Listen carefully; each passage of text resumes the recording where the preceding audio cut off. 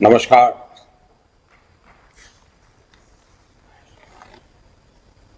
Bharatiya Janata party की राष्ट्रीय पदाधिकारी बैठक में उपस्थित भारतीय जनता पार्टी के सभी साथियों, देश भर से हमारे साथ जुड़े हमारे सभी सहयोगी,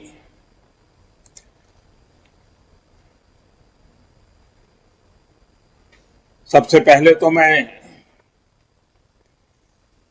देश के कोने कोने में मातृभूमि की सेवा में लगे हुए,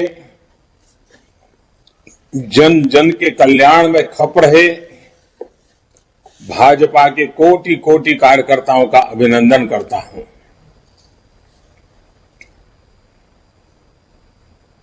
जनसंघ से लेकर के जो हमारी यात्रा शुरू हुई है और आज जो भारतीय जनता पार्टी के रूप में फली फूली, इस पार्टी के स्वरूप को, उसके स्वरूप को, उसके विस्तार को देखते हैं तो गर्व तो होता ही है, लेकिन इसके निर्माण में खुद को खपाने वाले पार्टी के सभी मनुष्यों, सभी विभूतियों, उन सबको मैं आज नमन करता हूं। साथियों, हम राजस्थान की धरती पर हैं। मुझे भी आप सबके बीच में रह करके इस कार्यक्रम में शरीक होने का अवसर मिला होता तो मेरे लिए भी वो प्रेरणा का कारण बनता, ऊर्जा का स्रोत मिलता, क्योंकि जब भी मैं कार्यकर्ताओं से मिला हूं, कार्यकर्ता छोटा हो बड़ा हो, बहुत कुछ जानने को मिलता है, बहुत कुछ बातों के अनेक पहलू समझने को मिलते हैं।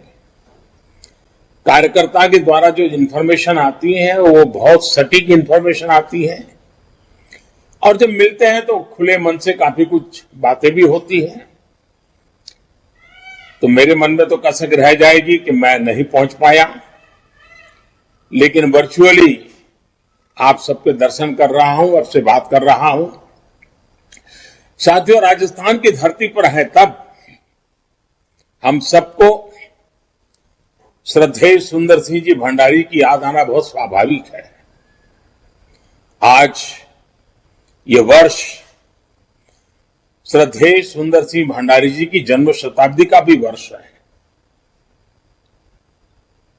हम सब ऐसे प्रेरणा पुरुष का हृदय से अभिवादन करते हैं, प्रणाम करते हैं। साथियों, राजस्थान की धरती, राजस्थान की बात हो, राजस्थान भारतीय जनता पार्टी की विकास यात्रा की चर्चा हो, तो मैं इस बात को गर्व से कह सकता हूं कि मुझे ऐसे ऐसे दिग्गजों के साथ काम करने का मौका मिला, ऐसे ऐसे दिग्गजों की उंगली पकड़ करके चलने का सौभाग्य मिला और उन सबका स्मरण आना बहुत स्वाभाविक है। स्वर्गीय भैरव सिंह शेखावत की बात हो,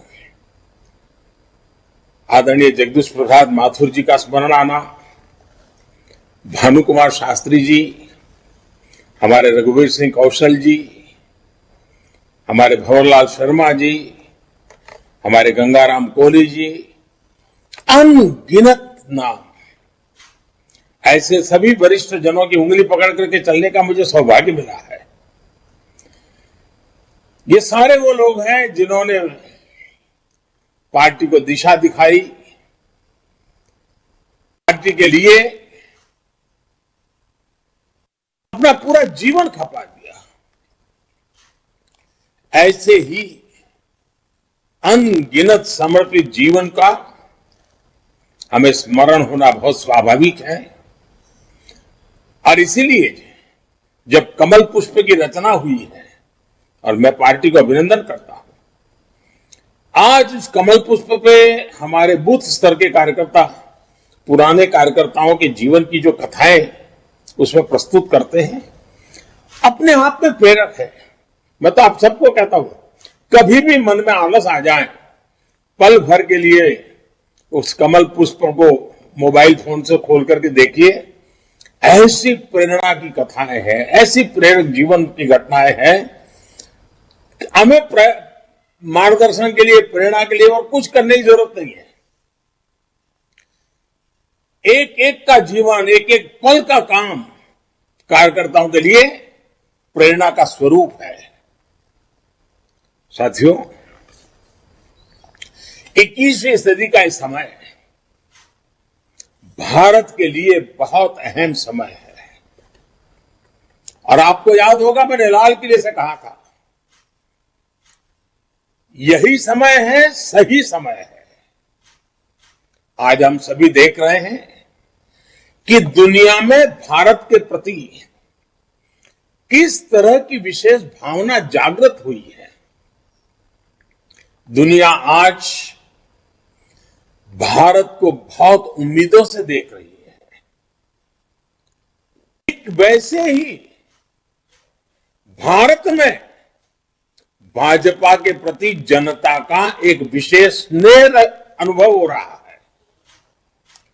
देश की जनता भाजपा को बहुत विश्वास से, बहुत उम्मीद से देख रही है।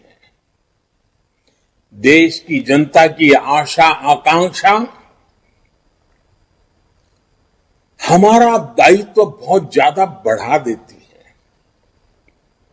आजादी के इस अमृत काल में देश अपने लिए अगले 25 वर्षों के लक्ष्य तय कर रहा है। भाजपा के लिए ये समय है अगले 25 वर्षों के लक्ष्य तय करने का, उनके लिए निरंतर काम करने का। देश के लोगों की जो उम्मीदें हैं, हमें वो पूरी करनी है। देश के सामने जो चुनौतियां हैं, हमें देश के लोगों के साथ मिलकर हर चुनौतियों को पार करना है, परास्त करना है और विजय के संकल्प के साथ आगे बढ़ना है। और हम जानते हैं कि इसका मार्ग क्या है। हमारा दर्शन है पंडित दीनदयाल उपाध्याय का एकात्म मानव दर्शन, अंत्योदय। हमारा चिंतन है डॉक्टर श्यामा प्रसाद मुखर्जी की सांस्कृतिक राष्ट्रनीति। हमारा मंत्र है सबका साथ, सबका विकास, सबका विश्वास और सबका प्रयास। साथियों, मैं एक अलग तरीके से बात आपको बताना चाहता हूं। अब मान लीजिए, कल्पना कीजिए, किसी गंभीर बीमारी से पीड़ित व्यक्ति जब लंबे उपचार के बाद भी ठीक नहीं होता, तो बीमारी को ही अपनी नियति मान लेता है। वो बीमारी से बनी उन परिस्थितियों को स्वीकार कर लेता है, उसमें जीना सीख लेता है। वो सोचता है